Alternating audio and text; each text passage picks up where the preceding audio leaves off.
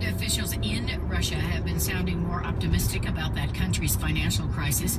They say the economy may have already passed through the worst of the slump brought on by low oil prices and Western sanctions. Possibly. But if Russia's auto market is any measure, the economy faces a long and difficult road ahead. NPR's Corey Flintoff has that story from Moscow. A few years ago, Russia was one of the most lucrative car markets in the world. Foreign automakers made investments like this Ford plant near St. Petersburg, where thousands of people assembled the Ford Fiesta and other popular models.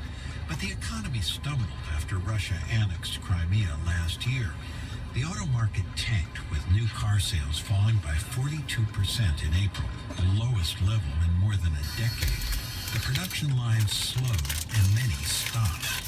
The slump hit hard in industrial regions such as Kaluga, southwest of Moscow, which used to be one of the most successful regions in attracting foreign investment.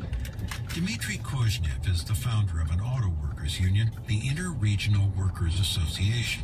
Безусловно, ситуация достаточно тревожная. The situation in Kaluga is very serious. It's alarming. Take Volkswagen. Their production has dropped by almost half.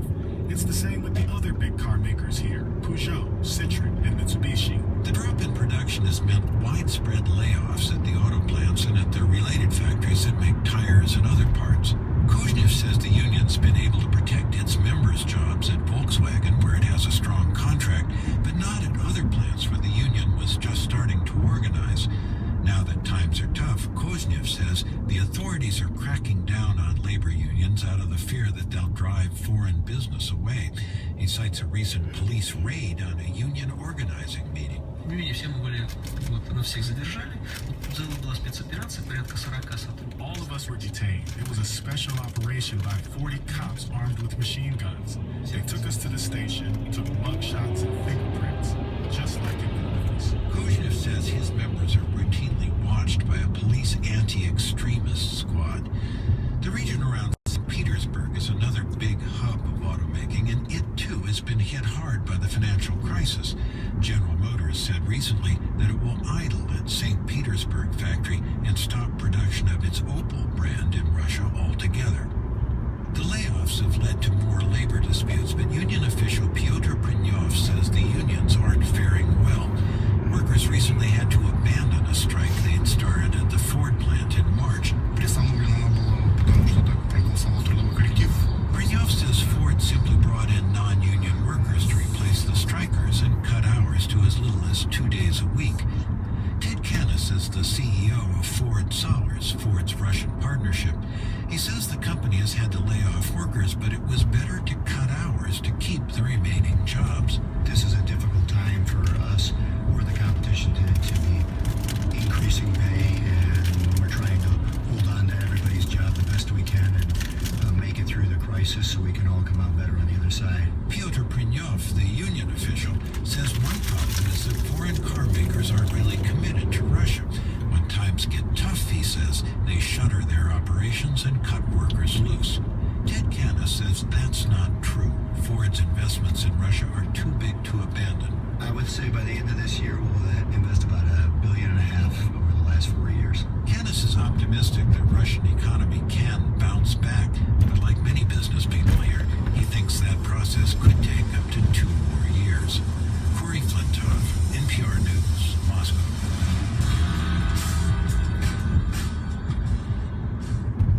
You're listening to Morning Edition from NPR News.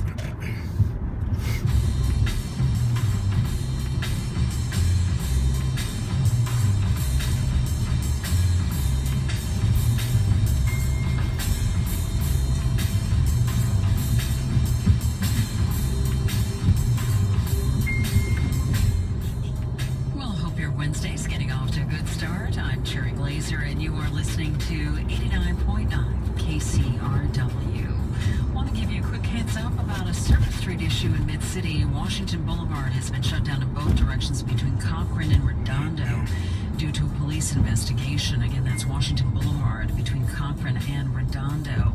Meanwhile, southbound 405 starting to get busy as you make your way out of the San Fernando Valley. You're looking at delays already from about Nordoff into the Smallville Pass.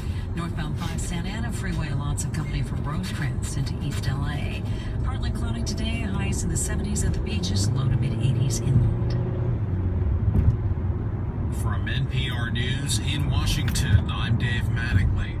The engineer at the controls during last month's deadly Amtrak train derailment in Philadelphia was not using his cell phone while operating the train.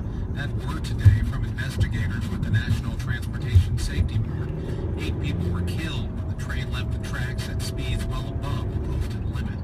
The police officer in Texas captured on video responding to a disturbance at a pool party near Dallas by drawing his weapon and pinning a teenager to the ground, has resigned from the force. Eric Casebolt has resigned from the McKinney Police Department. As the chief of police, I want to say to our community that the actions of Casebolt, as seen on the video of the disturbance at the community pool, are indefensible. That's McKinney Police Chief Greg Conley. The Cleveland Cavaliers are up 2-1 on the Golden State Warriors in the NBA Finals. Last night, Cleveland beat Golden State 96-91 in Game 3. NPR's Tom Goldman says Stephen Curry led the Warriors with 27 points. Curry almost did it with his three-point bomb in the fourth quarter. He pulled Golden State within a point, but Golden State couldn't get over the hump. Meanwhile, LeBron James helped Cleveland pull away at the end with his free throw shooting and just his all-around play. James scored 40 points. I'm Dave Mattingly in Washington. The Pakistani government sells journalists valuable plots of land at discount prices. This is not a bribe. This is a facilitation to the terrorists. Others call it corruption. Once you're obliged, you are obliged. Questions about the independence of the Pakistani press corps later on All Things Considered from NPR News. Join us for All Things Considered weekdays beginning at 4 on KCRW and KCRW.com.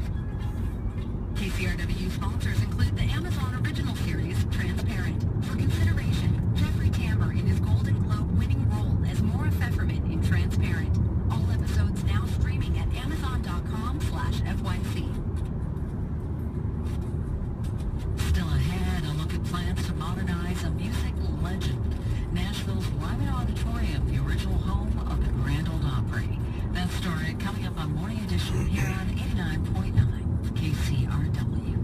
Support comes from LACMA, the Los Angeles County Museum of Art, where the new exhibition, Noah Purifoy Junk Dada, is now on view. A founder of the Watts Tower Art Center, Purifoy constructed his earliest sculptures from the charred debris from the 1965 Watts Rebellion. Now, a long-awaited career survey includes monumental works built from junked objects transported for the first time from his desert museum near Joshua Tree. Info at lacma.org.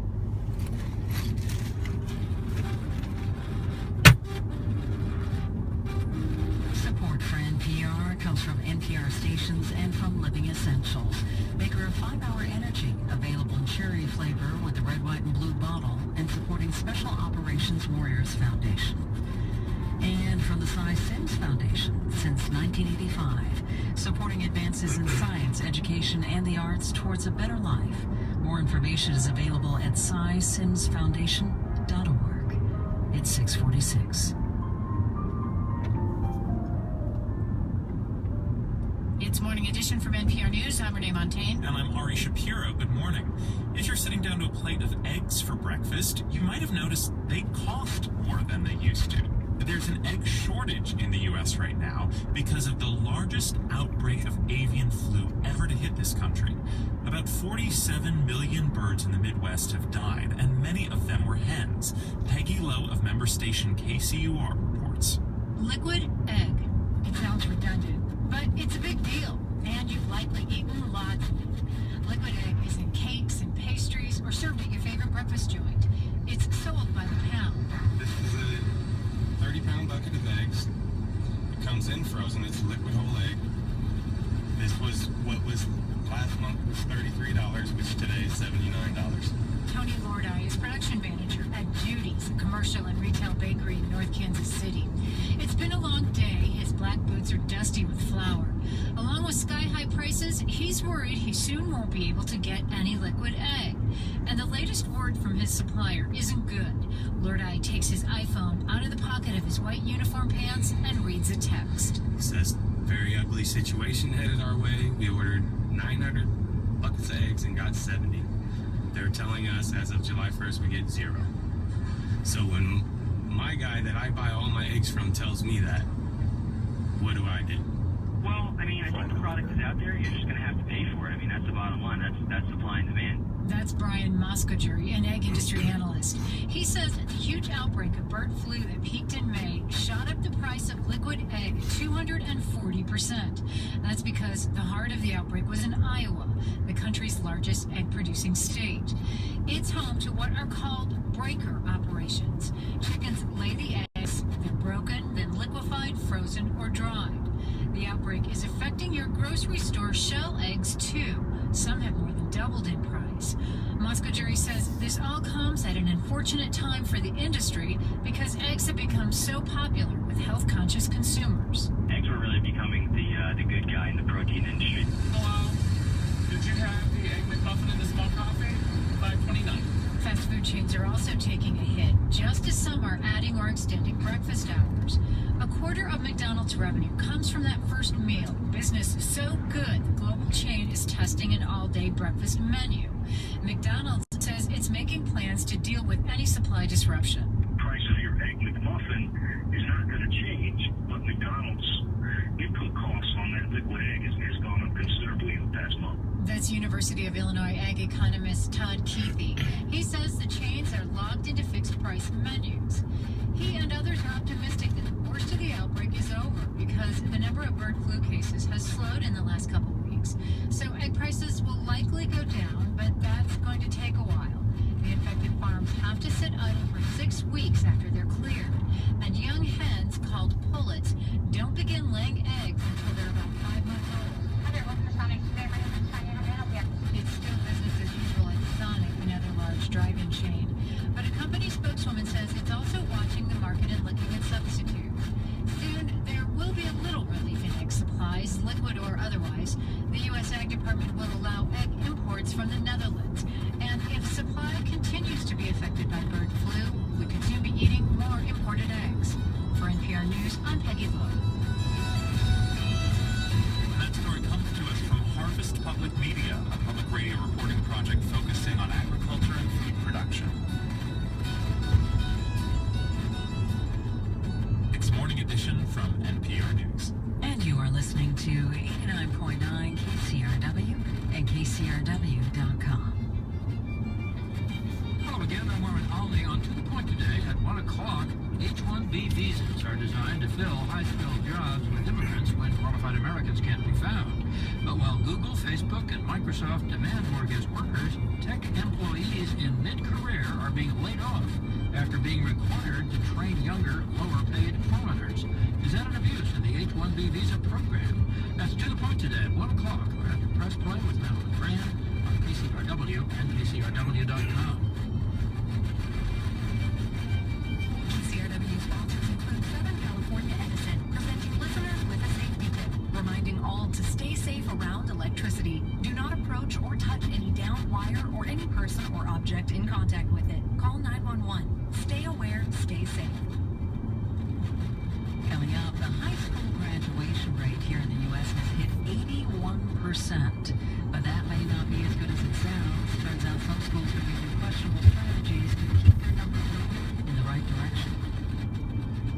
KCRW sponsors include the FX original series, The Americans, the Critics' Choice TV Awards winner for Best Drama Series, and for Emmy consideration for Outstanding Drama Series and in all other categories.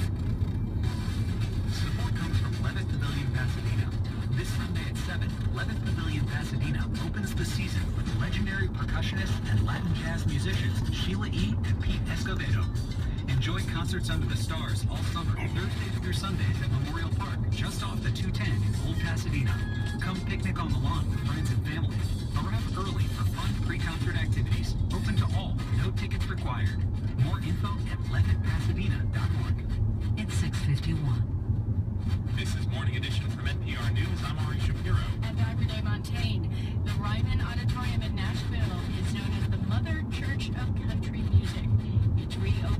week with a new look after a $14 million expansion. The idea is to create more of a museum-like experience for the thousands of tourists who visit. Exhibits tell the lesser-known story of Ryman's place in Nashville long before the country and western heyday. NPR's Debbie Elliott checked it out. Country music fans most associate the Ryman Auditorium with this. The Grand Ole Opry live radio show was broadcast from the Ryman for 30 years. That was cousin Minnie Pearl, known for her flowery hats, price tags still dangling from the brim. It was on the Ryman stage that bluegrass was born at the opera.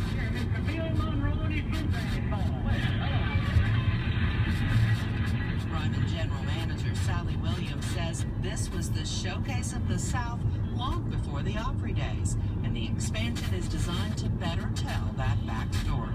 There's a great reverence for this building, and I think it's our responsibility to paint the picture of how we got where we are. That happens in a new multimedia theater.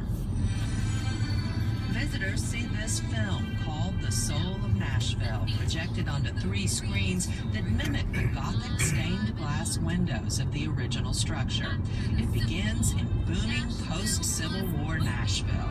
It was the kind of town where a shrewd man willing to take a risk could make himself a fortune. Captain Tom Ryman was just such a man. Tom Ryman was a ruthless steamboat operator who was not pleased with the message of an up-and-coming evangelical preacher by the name of Sam Jones. In 1885, Reverend Jones was preaching a tent revival and calling out Nashville for its sinful gambling and saloons. Ryman went to confront him in person. And Ryman was converted on the spot.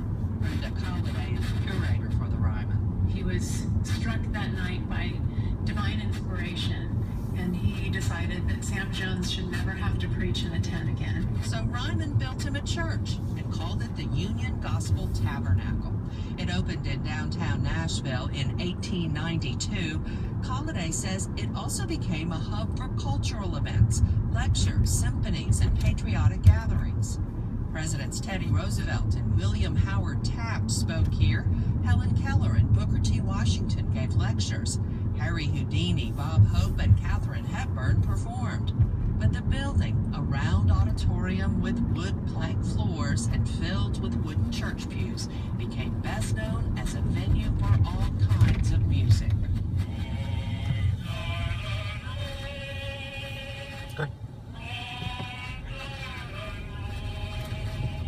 The Fifth Jubilee Singers first performed here in 1913.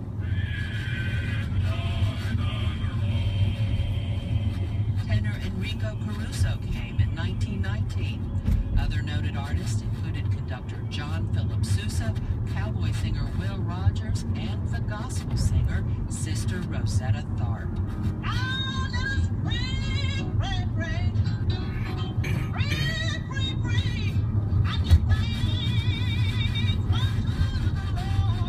In 1943, a local radio variety show came to the Ryman stage. When its crowds got too big and rowdy for other Nashville venues, people would line up outside with their picnic baskets just to get a seat for the Grand Ole Opry.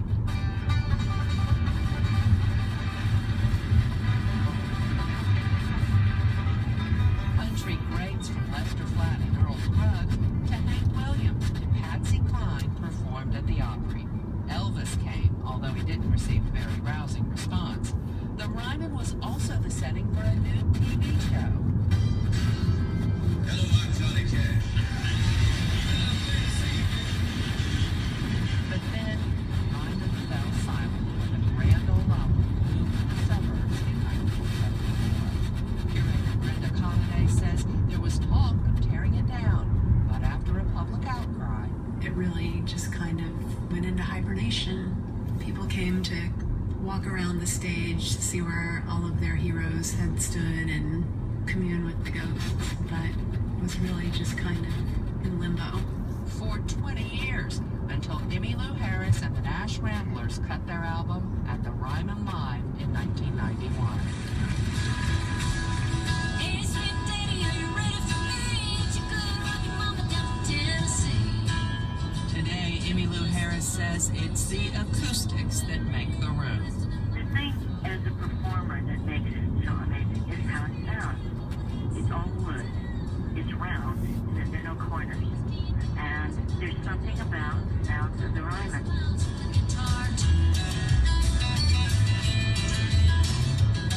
Since that album, scores of performers have taken to the Ryman stage, from Bob Dylan to the Foo Fighters to Aretha Franklin to Garrison Keillor. Sitting in the Ryman balcony on one of the hardwood pews, country and bluegrass star Ricky Skaggs remembers coming here as a boy. He started playing mandolin when he was just 5 years old. My dad's dream was to get me on the Grand Ole Opry. If I could just get that boy on the Opry. You know, so we came down here my first time. I was 6 years old. He didn't get on stage at that time, but a year later appeared with bluegrass legends Earl Scruggs and Buster Flack. Well, it's time now to call on the street kids to Ricky again. Ricky, all back ready to go. What you gonna do for us this time? Ruby has it. Decades later, Scruggs recorded his first for Skaggs, Sacred Place,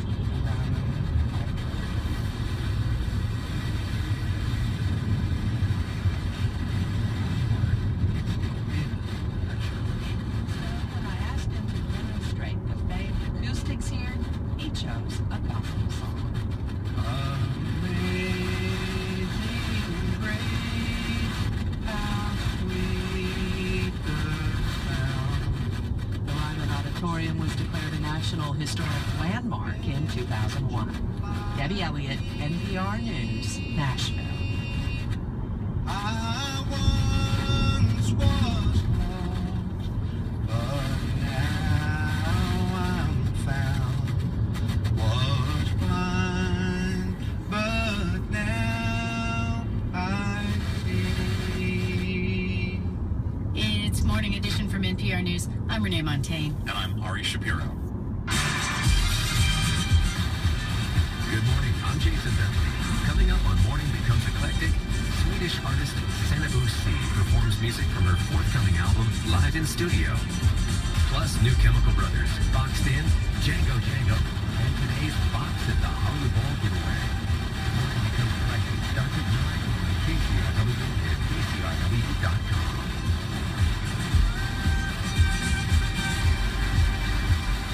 You're listening to member-supported KCRW Santa Monica, Los Angeles, KCRW Santa Barbara, KCRI Indio Palm Springs, KCRU Oxnard Ventura, and KCR1 Mojave. We're a community service of Santa Monica College and Granada for Southern California. Coming up, the LA Police Commissioners ruled, but debate about the Zell 4 case isn't over yet. It's 7 o'clock. Good morning. The U.S. high school graduation rate is at a record high. At first glance, it looks good for school districts. We'll go behind the numbers in this hour of morning.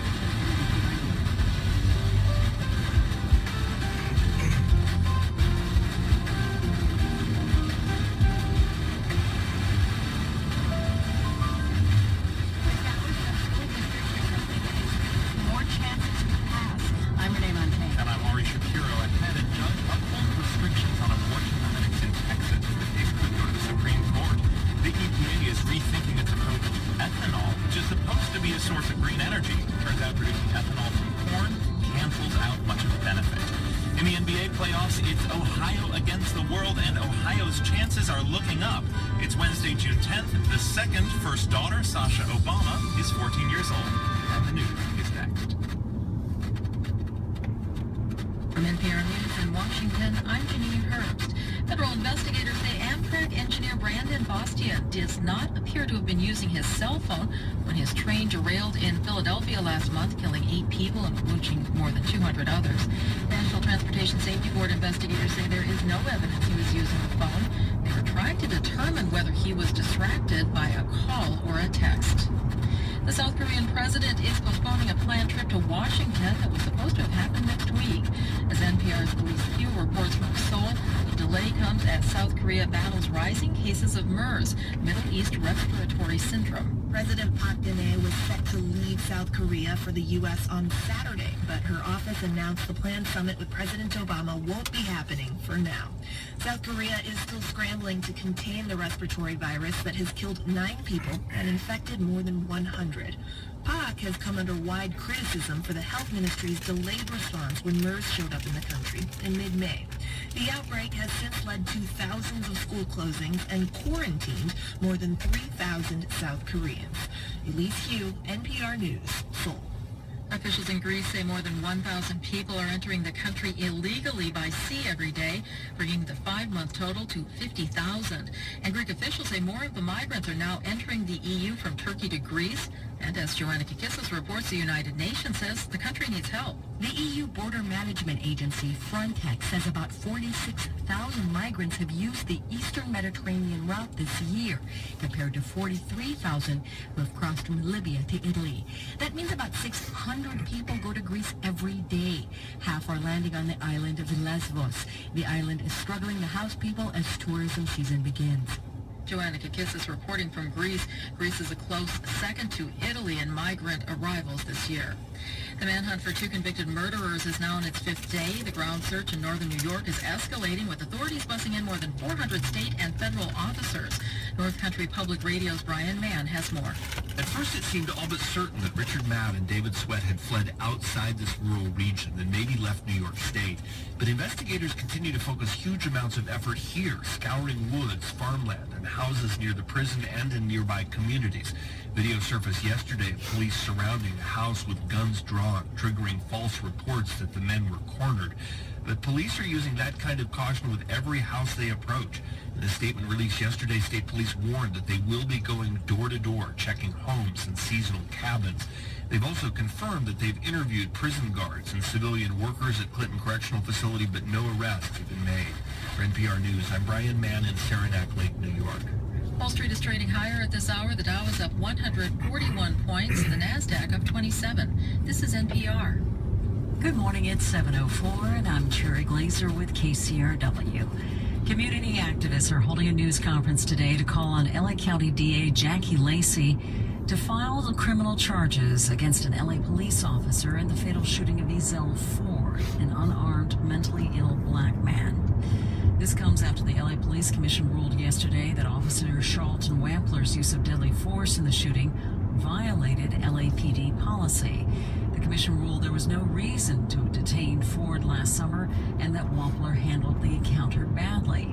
Police Chief Charlie Back will ultimately decide what discipline, if any, Wampler will face, but the DA's office will review the shooting and decide whether to file criminal charges. CAL FIRE is bracing for another brutal fire season in this 4th year of drought. CAL FIRE's Daniel Berlant says the drought is raising the wildfire risk around the state, and not just from lack of rain. We're seeing in our forests not only drier vegetation and trees and brush and grass, but also now an increase in tree mortality.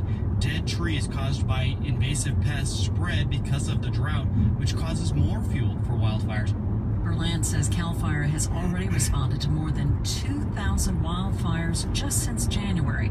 That's over 50% higher than in a typical year.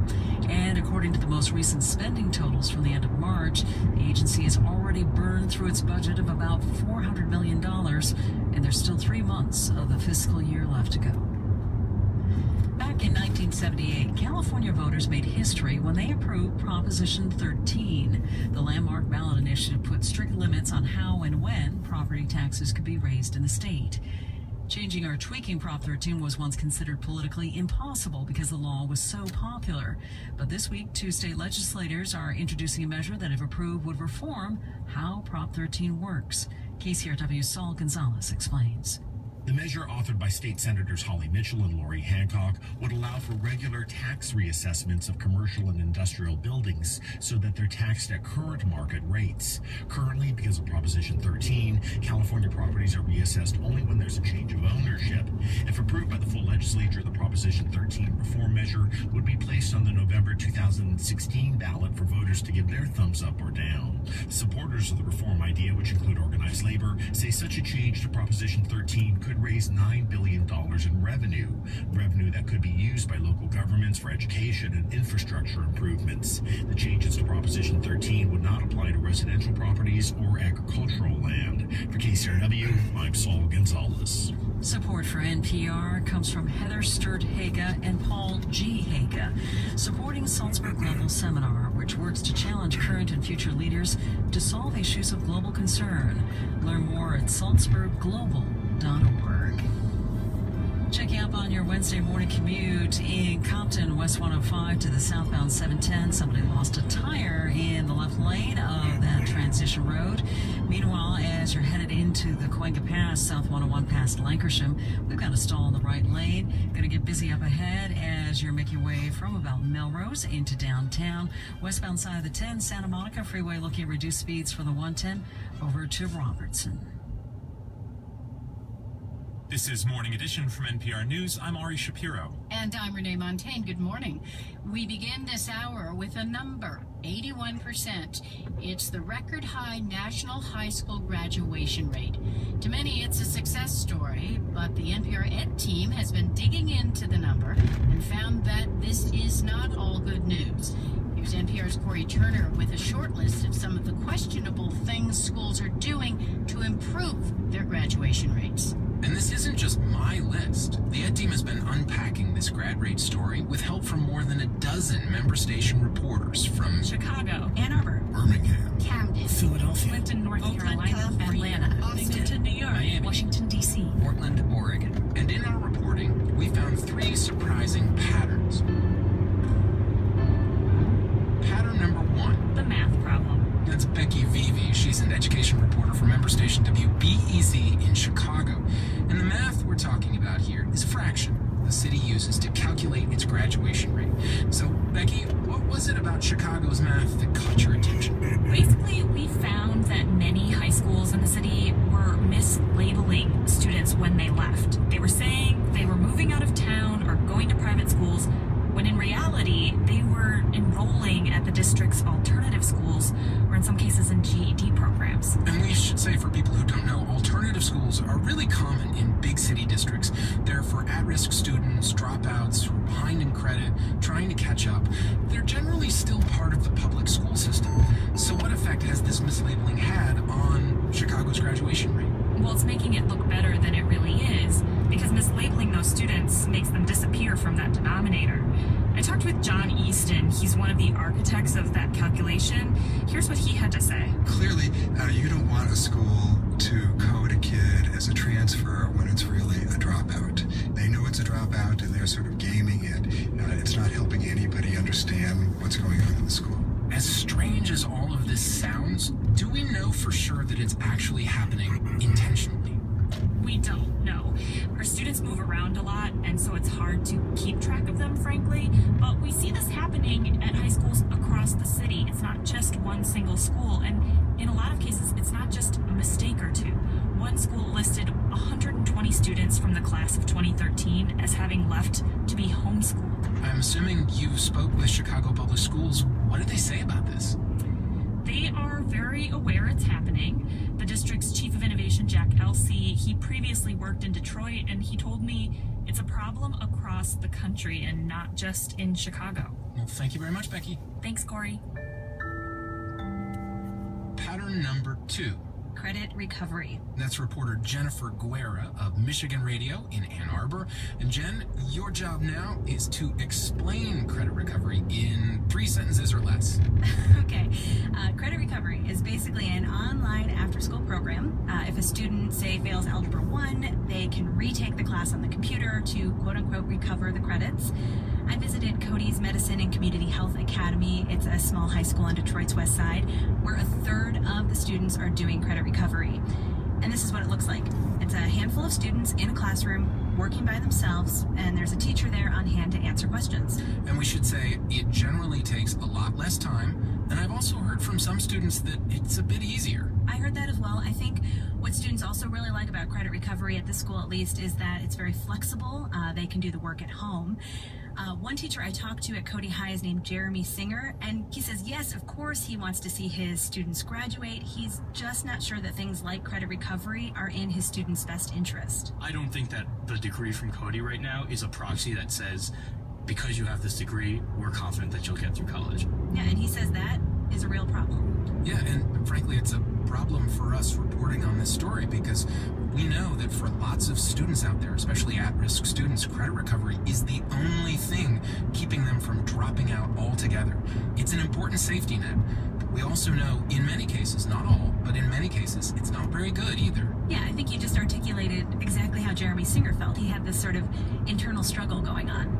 Finally, Jen, we saw some sort of credit recovery happening in lots of states. How common is it, do we know, and can it be done well? It's super common.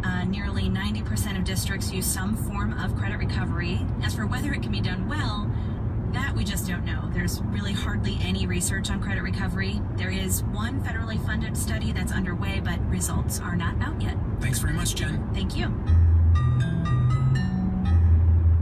Pattern number 3. Try again. That's reporter Sarah Gonzalez of member station WNYC, and she has the surprising story of Camden. New Jersey, like many states, requires students to pass a high school exit exam. Sarah, what happened in Camden last year? So in New Jersey, if you fail the first round high school exit exam, there's a second exam you can take, an easier one. It's untimed, and it consists of just one single question per subject. In Camden, half the senior class failed not just the first test, but the second one too. Okay, so what does that mean? I mean, did Camden really hold back half of its senior class? No. In New Jersey, as in many states with graduation exams, there's a plan B. There's an appeals process, and students can submit samples of work they did in class to the state. It could be a single graded algebra problem or a persuasive essay with the teacher's comments on it. And how many students are we talking about? I mean, who failed these tests but graduated thanks to an appeal?